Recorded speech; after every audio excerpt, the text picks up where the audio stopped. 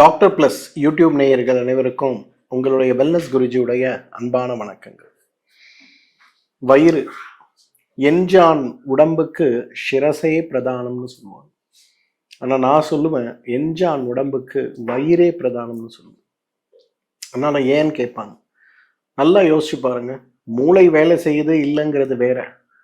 வயிறு ஒழுங்கா வேலை செய்யலைன்னா, பசி ஒழுங்கா எடுக்கலைன்னா, ஜீரணம் ஒழுங்கா ஆகலைன்னா, சாப்பிட்ற உணவில் இருக்கக்கூடிய சத்துக்கள் முறையா உடம்புல சேரலனா நம்மால ஆரோக்கியமாக இருக்க முடியுமா? இந்த கேள்விக்கான பதில் என்ன? நிச்சயமா சொல்றேன், எஞ்சான் உடம்புக்கு வயிறு தாங்க பிரதானம். ஆனா வயிற்றில் ஏற்படுகின்ற நோய்கள் எவ்வளவோ இருக்க, வயிற்றில் ஏற்படுகின்ற ஒரு உபாதை நம் அனைவரையும் மிகுந்த சிரமப்படுத்துகின்ற ஒரு உபாதை எது? கேஸ் ட்ரபிள், வாயு தொந்தரவு, வயிறு உப்புசம். இது நம்மளை பாடாப்படுத்துது இல்லை? பொதுவாக நம்ம எல்லாருக்குமே காலையில் எழுந்து கொள்ளும் போது வயிற்றில் ஒரு உப்புசம் இருக்கிறத நம்ம உணர முடியும். ஆனால் காலை கடன்கள் முடிந்த பிறகு பார்த்தீங்கன்னா வயிற்றில் ஒரு கனத்தன்மையோ அல்லது வயிற்றில் ஒரு வாயு தேங்கி இருக்கக்கூடிய ஒரு வீங்கி இருக்கக்கூடிய தன்மையோ அல்லது உப்புசமோ நமக்கு ஏற்படவே கூடாது. காலை கடன் முடித்தவுடன் வயிறு எவ்வளவு லேசாக இருக்கிறதோ அவ்வளவு ஆரோக்கியமாக நம்ம இருக்கோம்னு அர்த்தம். அதே போல காலை உணவு முடிந்த பிறகு, மதிய உணவு முடிந்த பிறகு, இரவு உணவு முடிந்த பிறகுன்னு வயிறு எந்த அளவுக்கு கனத்தன்மையோ வீக்கமோ இல்லாமல் இருக்கிறதோ அந்த அளவுக்கு நம்முடைய ஈரல் நன்றாக செயல்பட்டு கொண்டிருக்கிறதுன்னு அர்த்தம். ஒருவேளை இந்த செயல்பாடுகள் நமக்கு இல்லை அப்படின்னா நல்லா புரிஞ்சுக்கணும், செரிமான மண்டலத்தில் மட்டும் கோளாறு கிடையாது, நம்முடைய ஈரல்லையும் பித்தப்பையிலையும் நம்முடைய கணையத்திலும் மிகப்பெரிய பாதிப்புகள் வந்துவிட்டது அல்லது வந்து கொண்டிருக்கிறது அப்படிங்கிறது அர்த்தம். இதை ஏன் நான் திரும்ப திரும்ப சொல்றேன்னா, எந்த நோயுமே ஆரம்பிக்கும் போது ஒரு பெருநோயாக தீர்க்க முடியாத நோயாக ஆரம்பிப்பது கிடையாது.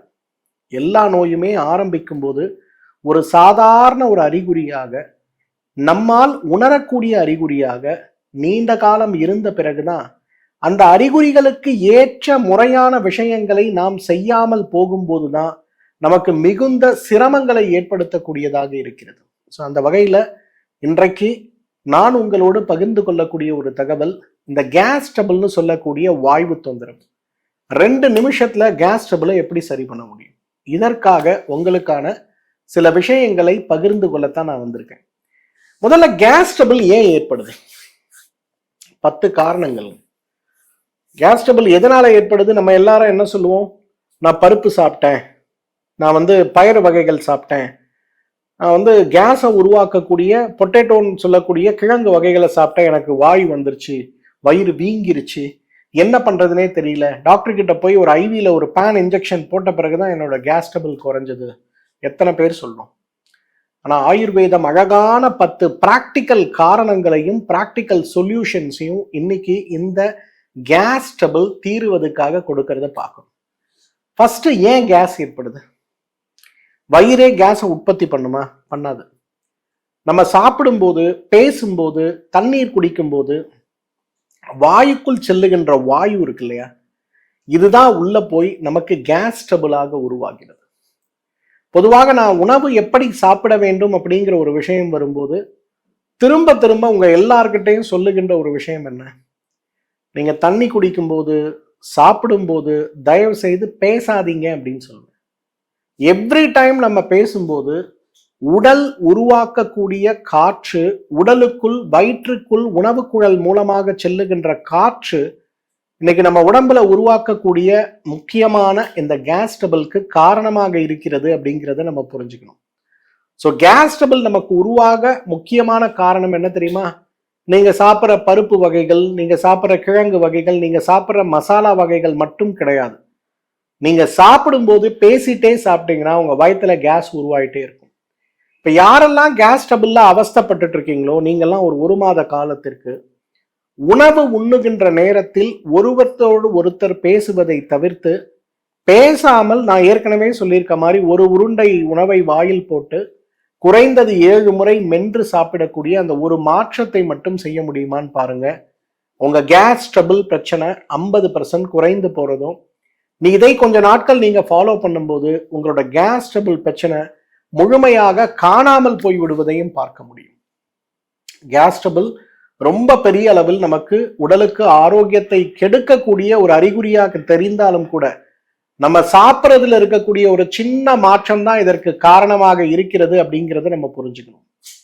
ரெண்டாவது, பொதுவாகவே அடிக்கடி உணவு சாப்பிடுகின்ற பழக்கம் இந்த கேஸ் ட்ரபிளுக்கு மிகப்பெரிய காரணம்ங்க. இப்ப காலையில எழுந்த உடனே ஒரு காஃபி குடிக்கிறீங்க, 8:30 மணிக்கு ஒரு பிரேக்ஃபாஸ்ட், 11 மணிக்கு ஒரு காஃபி டீ, 2 மணிக்கு ஒரு லஞ்சு, 4 மணிக்கு ஒரு ஸ்நாக்கு, 8 மணிக்கு ஒரு டின்னர், முடிஞ்சா நைட்டு படுக்கும்போது கொஞ்சம் பழங்களும் இல்ல பாலோ குடிக்கணும்.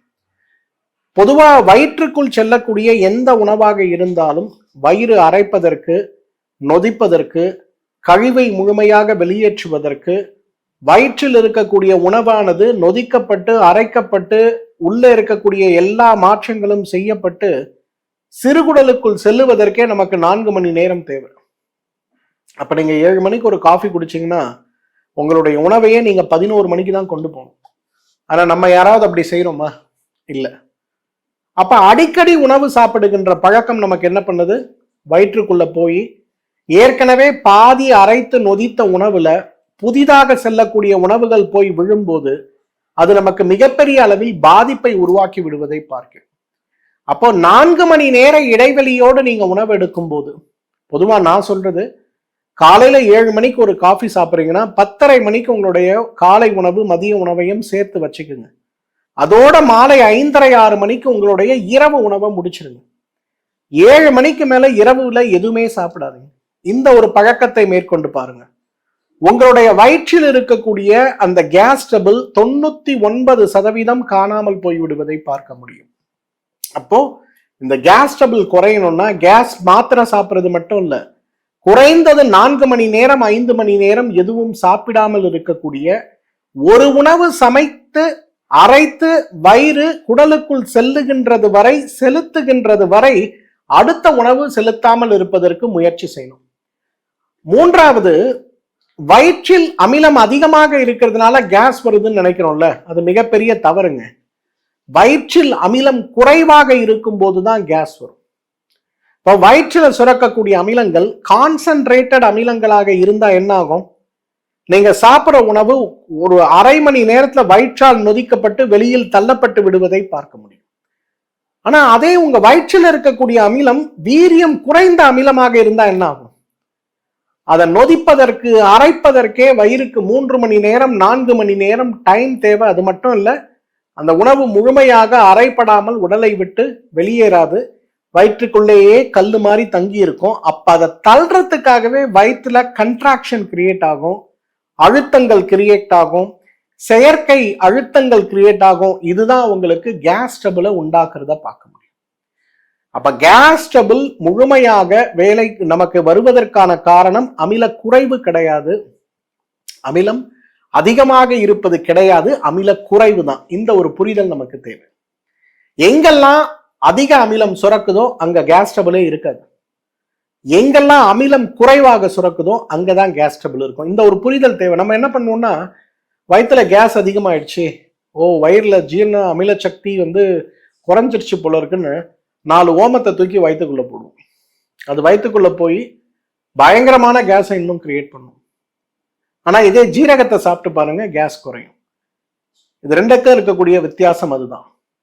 நான்காவது, நம்முடைய படுக்கின்ற பழக்கம் இன்றைக்கு மிகப்பெரிய அளவில் கேஸை உருவாக்குங்க. எப்பொழுதுமே நீங்க இடதுபுறம் படுக்கும்போது, வயிறு இடதுபுறம் அதிகமாக இருக்கக்கூடிய உறுப்பாக இருக்கிறதுனால வயிற்றில் இருக்கக்கூடிய உணவும் வயிற்றில் இருக்கக்கூடிய நீரும் மற்ற பொருட்களும் இடதுபுறமாக இருக்கக்கூடிய வயிற்றினால் அழுத்தப்படுத்தப்பட்டு குடலுக்குள் செலுத்தப்படும் போது உங்களுக்கு எந்த விதமான சிரமமும் இல்லாமல் கேஸ் ரொம்ப வேகமா வயிற்றிலிருந்து குடலுக்குள் சென்று கீழ் வழியாக வெளியே போய்விடுவதை பார்க்க முடியும். அப்ப நம்ம இடதுபுறமா படுக்காம நம்மில் நிறைய பேர் வலதுபுறமாக படுக்கக்கூடிய ஒரு பழக்கத்தை வைத்திருக்கும் போது வயிற்றில் தங்கக்கூடிய அமிலங்களும் ஏற்கனவே சாப்பிட்ட உணவுகளும் வயிற்றை விட்டு செல்லாமல் வயிற்றுக்குள்ளேயே தங்கக்கூடிய ஒரு நிலை ஏற்பட்டு விடும்போது அது பெரிய அளவில் நமக்கு பாதிப்பை உருவாக்குகிறது. நீங்களே வீட்டுல பாருங்க, யாரெல்லாம் இடதுபுறமாக படுக்கிறார்களோ அவர்களுக்கு கேஸ் ட்ரபிளோ அசிடிட்டியோ ஹைப்பர் அசிடிட்டியோ இருக்காது. யாரெல்லாம் வலதுபுறமாக படுக்கின்ற பழக்கத்தை வைத்திருக்கிறார்களோ அவர்கள் அனைவருக்குமே இந்த சிரமம் இருக்கிறத நம்ம பார்க்க முடியும். சோ இடதுபுறமாக படுங்கள், உங்களுக்கு சிரமம் இருக்காது. 5வது, தலையணை உயரமா வச்சா கேஸ் ட்ரபிள் வராது. இல்லைங்க, தலையணை உயரமாக வைக்கும் போது நமக்கு மூளைக்கும் கழுத்துக்கும் இருக்கக்கூடிய பாதிப்புகள் தான் அதிகமாகும். கட்டிலை உயரப்படுத்தினால்தான் இந்த பிரச்சனை தீரும். இன்னைக்கு நம்ம எல்லாருமே செய்யக்கூடிய தவறு, வெரிகோஸ் வெயின் வருது, நான் காலை தூக்கி ஒரு தலகாணி மேல வச்சுட்டு தான் சார் படுக்கிறேன். சரி, எவ்வளவு நேரம் உங்க கால் தலகாணி மேல இருக்கும்? 5 நிமிஷம். நீங்க எந்த நிமிடம் நினைவிழந்து தூங்க ஆரம்பிக்கிறீங்களோ அந்த நிமிடமே பாத்தீங்கன்னா உங்களுக்கு அந்த ரத்த ஓட்டத்துல மாறுபாடுகள் ஏற்படும், உங்க கால் திருப்பி பழைய நிலைமைக்கு போயிடும். வெரிகோஸ் வெயின்ல பிரச்சனையே வராது. வெரிகோஸ் வெயின் பிரச்சனை தீரவே தீராது. அதே நீங்கள் படுக்கின்ற கட்டில்ல கால் பகுதியை ஒரு 1/2 இன்ச் லேசா தூக்கிட்டு நீங்க சாதாரணமா படுங்களேன், உங்களுடைய இரத்த ஓட்டம் சீராக இருப்பதை பார்க்க முடியும், கால் வீக்கம் குறைவதை பார்க்க முடியும், வெரிகோஸ் வெயின் நோயும் குறையதை பார்க்க முடியும். அதே போலத்தான் தலையணை உயரமாக வைப்பதால் உங்களுக்கு அமிலத்தன்மை தீராது, கேஸ் ட்ரபிள் தீராது. எல்லாம் என்ன பண்ணுவாங்க, எனக்கு கேஸ் ட்ரபிள் இருக்குன்னு சொல்லி 1க்கு 2 தலகாணி வச்சு 30 டிகிரியில படுப்பாங்க. ஸ்டில் வயிற்றுல தான் கேஸ் இருக்கும், கீழே போகாது. ஆனா நீங்க படுக்கும்போது உங்களுடைய கட்டுல லேசா தலைப்புறத்துல தூக்கி வச்சுட்டு படுத்தீங்கன்னா, வெரிகோஸ் வெயினுக்கு எப்படி கால்புறத்தை தூக்குறீங்களோ அதே போல இந்த பக்கம் தலைப்புறத்தை லேசா லிஃப்ட் பண்ணீங்கன்னா உங்களோட கேஸ் கீழே போறதை நீங்க பார்க்க முடியும், மேலே வராது. அந்த வகையில வாயு தொந்தரவை குறைப்பதற்கு தலையணையை அல்ல, கட்டிலுடைய காலையே உயர்த்த வேண்டியது ரொம்ப ரொம்ப அவசியம். இதெல்லாம் ஏன் சொல்றேன்னா, இன்னைக்கு ஒரு பேண்டாசிட் மாத்திரைகளையோ அல்லது ஊசிகளையோ போட்டு கேஸ் ட்ரபிளை ஜெயிக்க முடியல, பல வருஷமா இது கூட போராடிட்டு இருக்குன்னு சொல்லக்கூடிய உங்கள் அனைவருக்குமே எந்த மாத்திரையும் இல்லாம 2 நிமிஷத்துல கேஸை குணப்படுத்துறதுக்கு சொல்லக்கூடிய சின்ன சின்ன தீர்வுகள் தான் அது. இதெல்லாம் டெய்லி பிராக்டிஸ்ல நீங்க கொண்டு வந்தீங்கன்னா உங்களுக்கு பெரிய மாற்றம் ஏற்படுவதை பார்க்க முடியும். 6வது, கேஸ் பிரச்சனை தீர்றதுக்கு வேற என்ன பண்ணலாம்? உணவுக்கு முன்பு இஞ்சி சாப்பிடுங்க.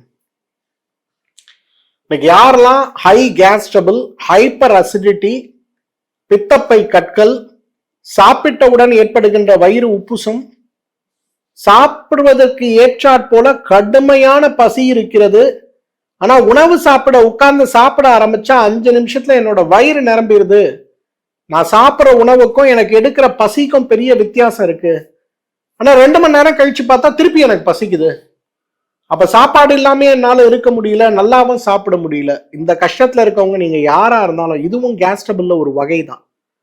அப்ப என்ன பண்ணணும்? 1 மணிக்கு உங்களோட லஞ்ச் இருக்குன்னா 12:30 மணிக்கு ஒரு சிறு துண்டு இஞ்சி எடுத்து வாயில போட்டு மென்று சாப்பிடணும். இன்னைக்கெல்லாம் வாயில போட்டு மென்று சாப்பிட்டா வாய் வந்துடாதா சார்னு கேட்பீங்க. ஒரு துண்டு இஞ்ச வாயில போட்டு சாப்பிடும்போது எந்த சிரமமும் உங்களுக்கு ஏற்படாது. பொதுவா இருமல் கடுமையாக வரும்போது சித்தரத்தை ஒரு துண்டு எடுத்து வாயில வச்சுக்க சொல்லுவோம். அதே போல யாரெல்லாம் இன்னைக்கு கேஸ் ட்ரபிள்ல கடுமையான அவதியில் இருக்கிறீர்களோ அவர்கள்லாம் சாப்பிட்றதுக்கு 1/2 ஹவருக்கு முன்னாடி ஒரு துண்டு இஞ்சியை சாப்பிடுங்க. அப்படி இஞ்சி சாப்பிட முடியலன்னா ஒரு துண்டு இஞ்சியை நசுக்குங்க. வரக்கூடிய சாறு ஒரு 30 சொட்டு 40 சொட்டு வரும். அது கூட ஒரு 30-40 சொட்டு தேன் கலந்துருங்க. இதை அப்படியே ஒரு சிரப் மாதிரி சாப்பிட்ருங்க. 1/2 ஹவர் டைம் கொடுங்க. 1 மணிக்கு நீங்க இந்த இஞ்சி சாறு சாப்பிடுங்க, 1:30 மணிக்கு நீங்க உங்களோட லஞ்ச் சாப்பிடுங்க. டெஸ்ட் பண்ணி பாருங்க. இன்னைக்கு ஒரு நாள் டெஸ்ட் பண்ணி பாருங்களேன், உங்களுக்கு இந்த கேஸ் ட்ரபிள் வருதான்னு பாருங்களேன். சிலருக்குலாம் அசைவம் சாப்பிட்டா கேஸ் ட்ரபிள் வரும். சிலருக்கு பார்த்தோம்னா கிழங்கு வகைகளும் பயறு வகைகளும் சாப்பிட்டா கேஸ் ட்ரபிள் வரும். சிலருக்கு புளித்த உணவுகள் சாப்பிட்டா கேஸ் ட்ரபிள் வரும். சிலருக்கு வெளி உணவுகள், ஓட்டல் உணவுகள்ல நினைச்சு பார்த்தாலே கேஸ் ட்ரபிள் வரும். அப்ப என்ன பண்ணலாம்? சாப்பிட்றதுக்கு 1/2 மணி நேரத்துக்கு முன்னாடி ஒரு துண்டு இஞ்சியையோ அல்லது இஞ்சி சாறை தேன் கலந்தோ சாப்பிடுங்க. கேஸ் ட்ரபிள் 99.9% காணாமலே போய்விடுவதை பார்க்கிறோம். மத்தியானம் ஒரு கல்யாணத்துக்கு போறேன், ரொம்ப சொந்தக்காரங்க, நல்லா சாப்பிட்டாதான் வெளியில விடுவாங்க, இல்லைன்னா ஏன் சாப்பிடலன்னு கேட்டு உயிரை எடுத்துருவாங்க, பயத்தோட போறேன். ஆனா எனக்கு அந்த உணவை ஒத்துக்காது, சாப்பிட்டாலே கேஸ் ட்ரபிள் ஆகும். 2 ஆப்ஷன் தான் எனக்கு. கல்யாணத்துக்கு போய் சாப்பிட்டு கஷ்டப்படணும், இல்ல சாப்பிடாம கெட்ட பேர் வாங்கிக்கணும். நம்மெல்லாம் என்ன பண்ணுவோம்? கெட்ட பேர் வாங்கக்கூடாது, அப்ப போய் சாப்பிட்டுருவோம். அப்ப சாப்பிட்டு வரக்கூடிய தொந்தரவை எப்படி நம்ம சமாளிக்க முடியும்? அப்ப சாப்பிட்றதுக்கு 1/2 hour முன்னாடி இந்த இஞ்சி சாறை நான் சொன்ன மாதிரி சாப்பிட்டீங்கன்னா உங்களுக்கு எந்த விதமான சிரமம் ஏற்படாமல் இருப்பதை நம்ம பார்க்க முடியும். அதே போல உணவுக்கு பின்பு வஜ்ராசனம்ங்க. என்னுடைய அனுபவத்துல வஜ்ராசனத்தை போல சிறந்த வகையில வயிற்றில் இருக்கக்கூடிய கேஸை நீக்கக்கூடிய ஒரு ஆசனமே கிடையாது. நாங்க சின்ன வயசா இருக்கும் போதெல்லாம் விருந்தாளிகள் வரும்போது இந்த ஆடி மாதங்கள்ல எல்லாம் பாத்தீங்கன்னா எங்க வீட்டுல கூழ் ஊத்துவாங்க. வீடு பழைய வீடு, பாரம்பரியமான வீடுங்கிறதுனால மெட்ராஸ்ல இருக்கவங்க வேற ஊர்ல போய் செட்டில் ஆன கசின்ஸ் எல்லாம் என்ன பண்ணுவாங்கன்னா அந்த ஆடி மாசத்துக்கு கூழ் ஊத்துறதுக்காக வருவாங்க. வரும்போது உணவெல்லாம் பார்த்தீங்கன்னா பயங்கரமா இருக்கும். 4-5 அசைவம், 6-7 சைவம்னு சொல்லி ஒவ்வொருத்தர் சாப்பிட்றதுக்கே 1/2 மணி நேரம் ஆகக்கூடிய அளவுக்கு உணவுகள் இருக்கும். அங்கெல்லாம் சின்ன பசங்களா இருக்கும்போது நமக்கு அந்த மாதிரி விருந்துகள்லாம் கிடைக்கிறதே ரொம்ப கஷ்டம் இல்லைங்களா? அதுவும் கிராமப்புறத்துல நாங்கெல்லாம் வளர்ந்தவங்க. அப்ப என்ன பண்ணுவோம், வயிறு முட்டை சாப்பிட மாட்டோம், மூக்கு முட்டை சாப்பிடுவோம் இல்லைங்களா? கழுத்து வரையும் சாப்பிடுவாங்க. கண்டம் அல்ல நாசம் சாப்பிடணும் அப்படின்னு சொல்லுவாங்க சமஸ்கிருதத்தை கலந்து. அப்ப அந்த மாதிரி சாப்பிட்டா வயிறு என்ன ஆகும், பானை மாதிரி இருக்கும். இதை காலையில பிரஞ்சாவே சாப்பிட்டுட்டோம். அப்ப லஞ்சுக்கு எப்படி சாப்பிடுறது? அன்னைக்கு 2 வேளை சாப்பாடு இல்லை, அன்னைக்கு 5 வேளை சாப்பாடு. அப்ப திருப்பி பசி வர்றதுக்கு என்ன பண்ணணும்? அப்போ ஒரு நாள் என்னோட ஆசிரியர் ஒருத்தர், பிசிக்கல் எஜுகேஷன் டீச்சர், பாண்டியன் ஐயான்னு பேரு, அவர்கிட்ட நான் கேட்டேன் விளையாட்டா, எப்படி சார் 2 மணி நேரத்துல வயிற்றுல இருக்க கேஸ் எல்லாம் போய் அடுத்த வேளை சாப்பாடு சாப்பிடணும் அப்படின்னு உடனே அவர் எனக்கு வஜ்ராசனம் சொல்லி கொடுத்தாரு. இது நான் 5வது படிக்கும்போது சொல்லி கொடுத்தது. சரிங்களா? அந்த வஜ்ராசனம் பண்ணா என்ன ஆகும் அப்படின்னு கேட்டேன். இன்னைக்கு நாளைக்கு போய் நீ சாப்பிடு, வஜ்ராசனம் பண்ணு, மண்டே என்கிட்ட சொல்லு அப்படின்னாரு. நான் போயிட்டு அன்னைக்கு மத்தியானம், ஏன்னா வாரம் வாரம் விருந்தாளிங்க வருவாங்க, வாரம் வாரம் பெரிய கலேபரம் தான் வீட்டுக்குள்ள, விதவிதமான சமையல், வீடே அப்படியே கல்யாண வீடு மாதிரி இருக்கும். 20 பேர் 30 பேர் இருப்பாங்க.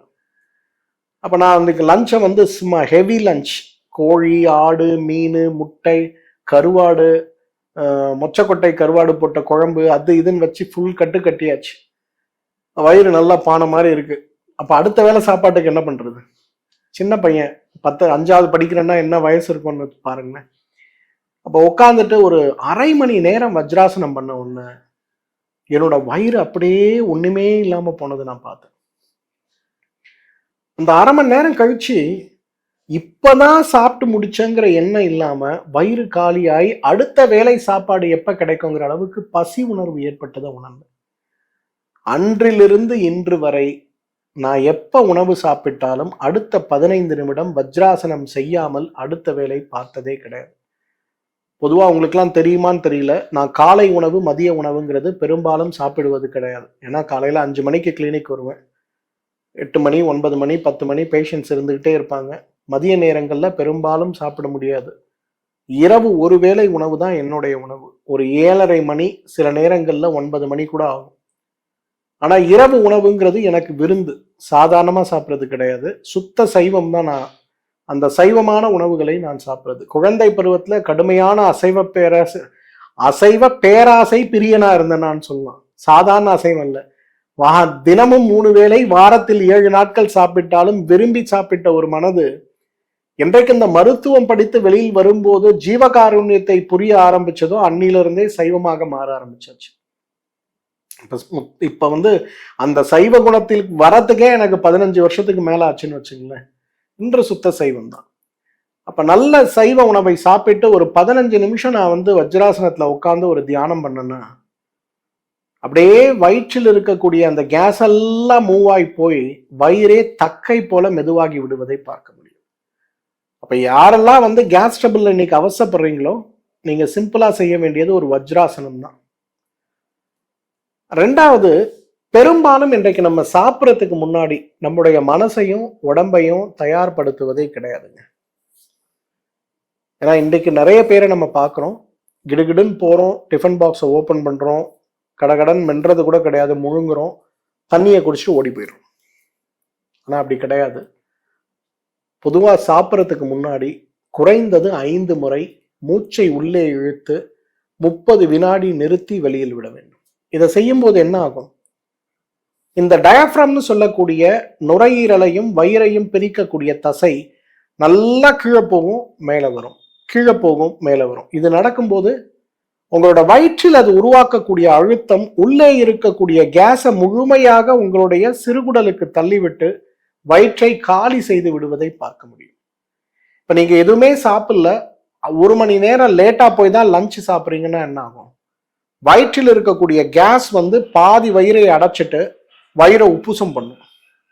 ஆனா இதே மூச்சு பயிற்சி செஞ்சு இந்த டயப்ரத்தை உதர விதானத்தை நீங்க நல்லா ப்ரெஷர் கொடுத்தீங்கன்னா உள்ள இருக்கக்கூடிய கேஸ் எல்லாம் வெளியில போயிடுச்சுன்னா அப்ப வயிறு காலியாக இருக்கும். உண்ணக்கூடிய உணவு வயிற்றில் சென்று முறையான நொதித்தலை நமக்கு உடலுக்குள் உருவாக்கும், முழுமையான அரைத்தலை உணவுக்குள் உருவாக்கும். அப்போ வயிற்றுல கேஸ் ட்ரபிளே வராது.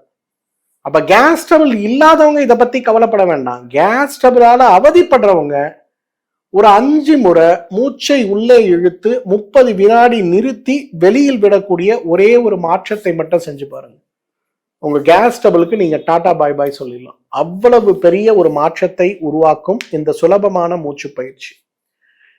பொதுவாக பருப்பு வகைகள், பயறு வகைகளை சாப்பிடும் போது நமக்கு கேஸ் அதிகமாகும் இல்லையா? என்ன காரணம்? என்ன காரணம்னா நம்ம சமைக்கிற முறையை மறந்ததுதான் காரணம்.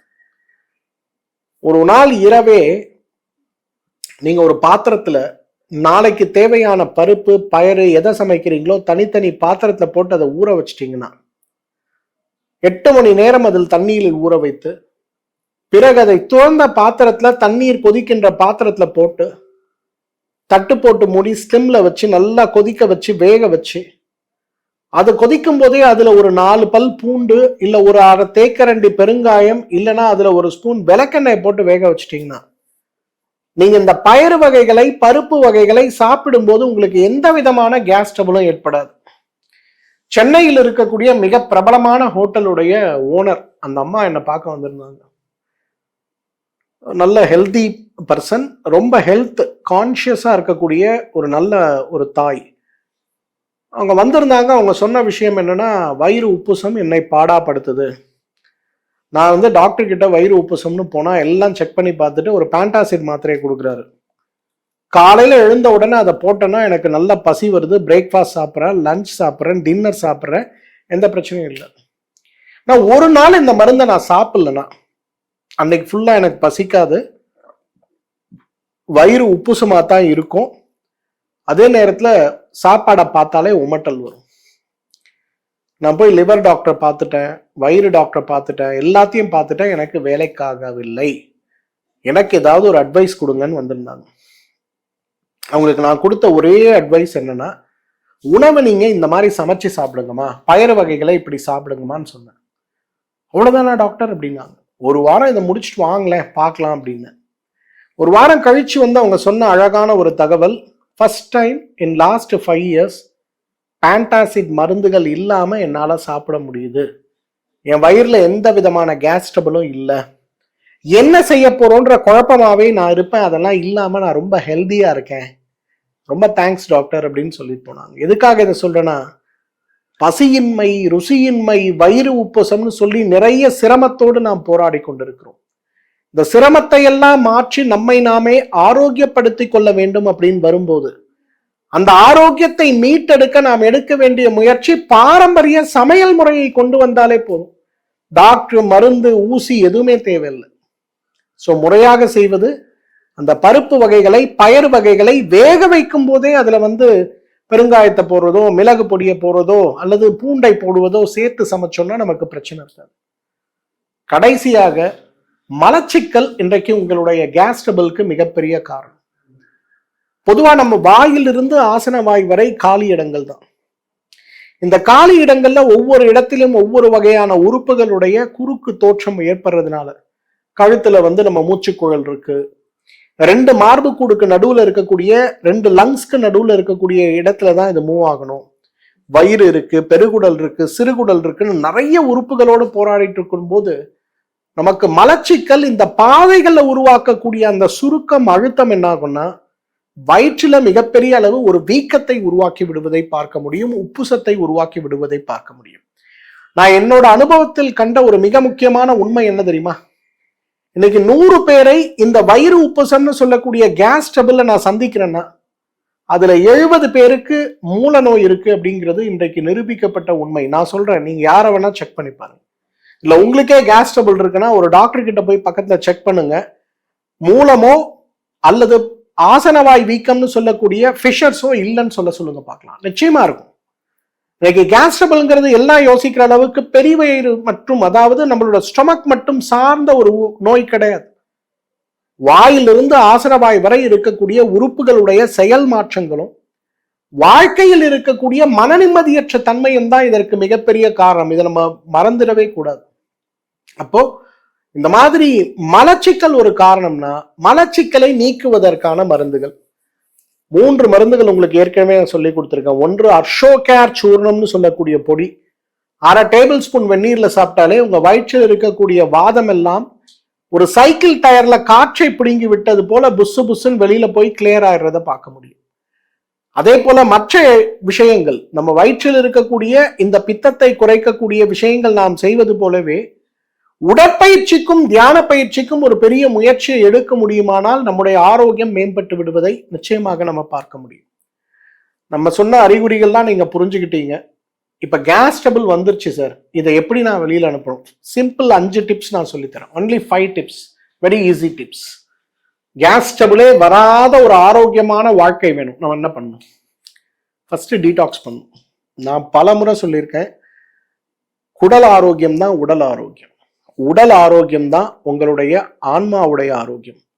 அப்ப குடல், உடல், ஆன்மா இந்த 3 நல்லா இருக்கணும்னா முதல்ல செய்ய வேண்டியது டீடாக்ஸ் தான். மருந்தூட்டப்பட்ட நெய், உங்க வீடு பக்கத்தில் இருக்கக்கூடிய ஒரு ஆயுர்வேத மருத்துவரை, சித்த மருத்துவரை, யோக மருத்துவரை போய் சந்தித்து நாடி பார்த்து நம்ம உடம்பில் ஏற்பட்டிருக்கக்கூடிய மாற்றம் வாதம் சார்ந்ததா, பித்தம் சார்ந்ததா, கபம் சார்ந்ததாங்கிற ஒரு புரிதலோடு முதல் நாள் 30 மில்லி, அடுத்து 45, அடுத்து 60, அடுத்து 75, அடுத்து 90, கடைசியாக 105 மில்லி அளவுக்கு அந்த நெய் மருந்தை சாப்பிட்டு பத்தியத்தோடு சாப்பிட்டு அதற்கு அடுத்த நாள் பேதிக்கான மருந்தை எடுத்து உடலை சுத்தப்படுத்தக்கூடிய ஒரு விஷயம் பண்ணோம்னா அவ்வளவு அழகாக உடலில் இருக்கக்கூடிய கழிவுகள் வெளியில் வருவது போலவே வயிறு உப்புசத்தை உருவாக்கக்கூடிய, வாயு தொந்தரவை உருவாக்கக்கூடிய கழிவுகள் உடலை விட்டு போறதை பார்க்க முடியும். ஸ்நேகபானம்னு சொல்லக்கூடிய இந்த நெய் மருந்தை கொண்டு செய்யக்கூடிய டீடாக்ஸை வருஷத்துக்கு ஒரு முறையும், மா இலை, கொய்யா இலை, வேப்ப இலை கொண்டு செய்யக்கூடிய கஷாயத்துல ஒரு 10 மில்லி விளக்கெண்ணெய் சேர்த்து சாப்பிடக்கூடிய அந்த முயற்சியை மாதத்துக்கு ஒரு முறையும் செய்யுங்க. உங்க கேஸ் ட்ரபிள் பிரச்சனை காணாம போயிடுறத பார்க்க முடியும். 2வது நடைபயிற்சிங்க. எனக்கு என்ன வேணா செய்யுங்க, வயிறு ஃபுல்லா பானை மாதிரி கூட இருக்கட்டும், 5000 அடி நடங்க. புஸ்ஸு புஸ்ஸுன்னு வயிற்றுல இருக்கக்கூடிய கேஸ் உடம்பை விட்டு வெளியில போறதையும் ஏப்பம் வந்து நன்றாக உடல் சுத்தி அடையிறதையும் பார்க்க முடியும். ஒரு குழந்தை அமெரிக்கால இருந்து என்னை பார்க்க வந்திருந்தான். இந்த குழந்தை வந்து ரொம்ப நல்ல கம்பெனில வேலை பார்க்கறான், மிக உயர்ந்த பதவியில் இருக்கக்கூடிய பெரிய சின்ன வயசு 30 வயசு இருக்க வாலிபன். என்ன பிரச்சனைனா கேஸ் ட்ரபிள். எங்கேயாவது வெளிநாடுக்கு போறாங்க, மெக்சிகோவில் போனா ப்ராப்ளம், யூரோப்புக்கு வந்தா ப்ராப்ளம், அமெரிக்காவிலே இருந்தா கூட ப்ராப்ளம் தான். அப்ப இந்த ப்ராப்ளத்தை எப்படி சார்ட் அவுட் பண்ணணும்னு அவன் போய் பார்க்காத டாக்டர்ஸ் கிடையாது, சாப்பிடாத மருந்து கிடையாது. ஆனா என்னை வந்து பார்த்தபோது அந்த பையன்கிட்ட கேட்ட 3 கேள்விகள்ல முதல் கேள்வி உங்களுடைய தூக்கம், 2வது கேள்வி நேரத்திற்கு சாப்பிடுகின்ற தன்மை, 3வது தான் முக்கியமானது மனதில் கவலை. குறிப்பாக யாரையாவது ஏமாற்றி விட்டோம் அல்லது யாரோ நம்மை ஏமாற்றி கொண்டிருக்கிறார்கள்ங்கிற கவலை ஏதாவது இருக்கான்னு கேட்கும்போது பையன் கண்ணீர் விட்டு அழுது சொன்னது வீட்டில் இருக்கக்கூடிய சிரமங்களை பற்றி தான். அந்த சிரமத்தை மாற்றுவதற்கான உபாயங்கள் செய்த பிறகு ரொம்ப வேகமாகவே நோய் குணமானதை நம்ம பார்த்தோம். அப்ப இன்றைக்கு நம்ம உடம்பில் இருக்கக்கூடிய கேஸ் ட்ரபிள் குறையணும்னா வயிற்றுக்கு மருந்து சாப்பிட்றது கூடாதுங்க. உடல்ல இருக்கக்கூடிய குடலை பலப்படுத்துவது போல நம் உடலையும் பலப்படுத்துவதற்கு தேவையான முயற்சிகளை நம்ம செய்யணும்.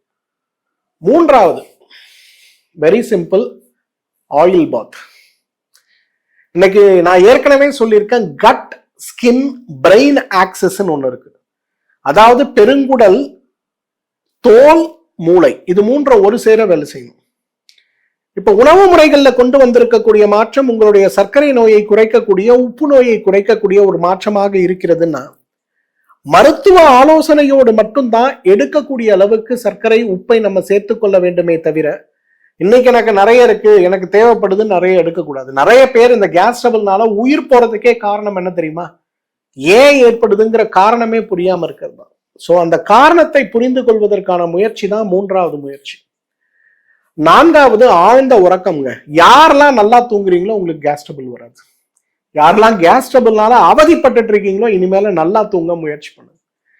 தூங்குனீங்கனாலே, பிளாட்டா படுத்து தூங்குனீங்கனாலே அழகா பிராணவாயு உடலை சுத்தம் செய்து உள்ள இருக்கக்கூடிய கழிவுகளை அப்படியே கொஞ்சம் கொஞ்சமா வெளியில அனுப்பி உடலை மிகப்பெரிய அளவு மாற்றம் அடைந்து விடுவதை பார்க்க முடியும். ஏன்னா இன்றைக்கு கேஸ் ட்ரபிள் வராம இருக்கிறதுக்கு நான் என்ன சாப்பிடணுங்கிற கேள்வியை விடுத்து, கேஸ் ட்ரபிள் வந்தா நான் என்ன பண்ணணும் முதலுதவி சிகிச்சையாங்கிற கேள்விக்கான பதில் தூக்கத்திற்கு கவனம் கொடுங்கள்ங்கிறது தான். கடைசியாக வருவது, இன்றைக்கு நம்ம எல்லாருக்கும் புரிந்த விஷயம், புரியாத விஷயத்துல சில நோய்கள் ஏற்படும் போது ஆயுள் முழுவதும் மருந்துகள் சாப்பிட்ட வேண்டாம், ஆயுள் முழுவதும் மருந்துகள் சாப்பிட்டுத்தான் ஆக வேண்டும்னு சொல்றாங்களே, மருந்து இல்லாம குணப்படுத்திக் கொள்ள முடியுமா? வாழ்க்கை வாழ முடியுமா? 5வது விஷயம், ரொம்ப இம்பார்ட்டன்டான விஷயம், பயப்படக்கூடாதுங்க. இன்னைக்கு உங்களுக்கு கேஸ் ட்ரபிள் யாருக்கெல்லாம் வருதோ ஒரு செகண்ட் பாருங்க. ஏதாவது ஒரு எதிர்மறை எண்ணம், வீட்டில் இருக்கக்கூடிய பிரச்சனை, அலுவலகத்தில் இருக்கக்கூடிய பிரச்சனை, ஒரு வேலை நமக்கு கொடுத்தாகிவிட்டது, பட் அந்த வேலையில என்னால ஈடுபட முடியல. இன்னைக்கு ஐடி எம்ப்ளாயிஸ்ல பாக்குறேங்க, 45 வயசுல இருக்காங்க, அவனுக்கு ஏஐ ட்ரைனிங் கொடுக்க அந்த கம்பெனி முயற்சி பண்ணுது. 99.9% இந்த முயற்சி ஃபெயிலியர்ல முடியுது. அதுல யாரெல்லாம் வேலையை விட்டு தூக்கணும்னு நினைக்கிறாங்களோ அவங்க எல்லாரையும் வேலையை விட்டு தூக்கிறாங்க. அப்ப மனதில் ஏற்படுகின்ற ஒரு கடுமையான வலி, சோர்வு, கோபம், மயக்கம், இதுவே நமக்கு கேஸ் ட்ரபிள் அதிகப்படுத்துதுங்கிறத புரிஞ்சுக்கணும். இப்ப தியானத்தை கொண்டுதான் உடலை சுத்தப்படுத்த முடியும், தியானத்தை கொண்டுதான் மனித வாழ்வை மேம்படுத்த முடியுங்கிறது மாதிரி இன்றைக்கு யாருக்கெல்லாம் இந்த சிரமங்களோடு போராடி கொண்டிருக்கிறோமோ அவங்க எல்லாருக்குமே சிறந்த தீர்வு எது தெரியுமா? மலச்சிக்கல் இல்லாமல் பார்த்து கொள்வது போல தியானம் செய்து உடலை பார்த்துக்கணும். இந்த 5 விஷயங்கள் நீங்க சொல்றதுலாம் எங்களால பண்ண முடியாதுங்க. சிம்பிளா ஏதாவது ஒரு ரெமெடி சொல்லுங்க. அமிர்தல்ஸ் மாத்திரைகள். அமிர்தல்ஸ் மாத்திரைகளுடைய செயல்பாடுகளை நிறைய முறை இந்த நிகழ்ச்சியில சொல்லியிருக்கேன். வாயில் ஏற்படுகின்ற புண்கள், தொண்டையில் ஏற்படுகின்ற புண்கள், உணவு குழலில் ஏற்படுகின்ற புண்கள், வயிறு உப்பசம், செரிமானமின்மை, அதீத உடல் சூடு, இந்த மாதிரி உடல்ல ஏற்படுகின்ற ஜீரண மண்டலத்தை சேர்ந்த செயல் மாற்றங்கள்னு சொல்லக்கூடிய ஃபங்க்ஷனல் ப்ராப்ளம்ஸ், இது கூட பிசிக்கல் சேஞ்சஸ் சொல்லக்கூடிய பித்தப்பையில் ஏற்படுகின்ற கற்கள், ulcerative colitis, inflammatory Powell disease, irritable Powell syndrome, மூல நோய், ஆசனவாய் நோய், ஆசனவாயில் ஏற்படுகின்ற கட்டிகள் சார்ந்த சிரமங்கள் வரை, மலச்சிக்கல் வரை அனைத்தையுமே நீக்க வேண்டும் அப்படின்னா இன்றைக்கு சாத்தியமான விஷயம்னா சாத்தியம்தான். அதற்கு உதவி செய்யக்கூடிய சிறந்த மருந்து எதுனா அமிர்தல்ஸ் மாத்திரைகள் தான். அதை காலை 2, இரவு 2 உணவுக்கு முன்பு சாப்பிட முடியுமான்னு பாருங்க, பெரிய மாற்றம் இருக்கதை பார்க்க முடியும். இன்னைக்கு உணவே மருந்துங்க. இன்னைக்கு நம்மெல்லாம் கேஸ் ட்ரபிளுக்கு சாப்பிட்ற மருந்தே ஜீரணமாகாம வயிற்றுக்குள்ள இருந்து நமக்கு கேஸை உருவாக்குறத நம்ம பார்க்கிறோம் இல்லையா? அப்ப கேஸ் ட்ரபிளுக்கு மட்டும் இல்ல, உடம்புல இருக்கக்கூடிய எல்லா விதமான செரிமான மண்டல நோய்களும் தீரணும் அப்படின்னா நாம எடுக்க வேண்டிய முயற்சி வெறும் மருந்தாக இல்லாமல், நான் சொன்ன 10 காரணங்களும் காரணிகளும் எவ்வாறு நம்முடைய கேஸ் ட்ரபிளுக்கு கான்ட்ரிபியூட் பண்ணுதுங்கிறத நான் உங்களுக்கு சொன்னேன். அந்த வழிமுறையில நம்ம உணவு முறை, வாழ்வியல் முறையை கொஞ்சம் சரியா பார்த்துக்கிட்டோம்னா எந்த விதமான நோயும் மற்ற ஒரு ஆரோக்கிய பெருவாழ்வு சாத்தியமான விஷயம் அப்படிங்கிறத நம்ம புரிஞ்சுக்கணும். என்னோட சாய்ஸ் நான் கொடுத்த 5 ஐடியாஸ் தான். நீங்க சாப்பிட்ற உணவிலிருந்து, டீடாக்ஸ் செய்வதிலிருந்து, தூங்குவதிலிருந்து, உடற்பயிற்சி செய்வதிலிருந்து, எண்ணெய் குளியல் செய்வதிலிருந்து, தியானம் செய்வது வரை உங்களுக்கு best choice for gas trouble. நான் யாருக்கெல்லாம் அது முடியலையோ அவங்கெல்லாம் அமிர்தல்ஸ் மாத்திரையை பயன்படுத்து. அமிர்தல்ஸ் மாத்திரையை காலை 2, இரவு 2 உணவுக்கு முன்பு சாப்பிடுங்க. இதை தொடர்ந்து பயன்படுத்தும் போது கேஸ் ட்ரபிள் அற்ற ஒரு ஆரோக்கிய பெருவாழ்வை நாம் அடைய முடியும். 2 நிமிஷத்துல கேஸை வெளியில அனுப்புறது சுலபமான விஷயம். ஆனா கேஸே வராம ஆரோக்கிய பெருவாழ்வு வாழ்வது தான் பெரிய விஷயம். அதற்கு உதவி செய்யக்கூடிய அரிய விஷயங்களை நம்ம பார்த்தோம். இந்த வீடியோ உங்க எல்லாருக்கும் பயனுள்ளதா இருக்கும்னு நினைக்கிறேன். இந்த வீடியோவை உங்களுடைய சோசியல் மீடியால, உங்களோட கம்யூனிட்டியில, குறிப்பாக நம்முடைய நண்பர்கள் யாராவது கேஸ் ட்ரபிள்ல போராடிட்டு இருக்காங்கன்னா அவங்களுக்கு தவறாம இதை ஃபார்வர்ட் பண்ணுங்க. இதுல இருக்கக்கூடிய கேள்விகள் மற்றும் சந்தேகங்கள் ஏதாவது இருக்குன்னா வீடியோவோட கமெண்ட் செக்ஷன்ல என்னிடம் அதை கேட்டு புரிந்து உங்களை நீங்கள் ஆரோக்கியப்படுத்திக் கொள்ள முடியுமான்னு பாருங்க. மீண்டும் சந்திப்போம். நன்றி, வணக்கம்.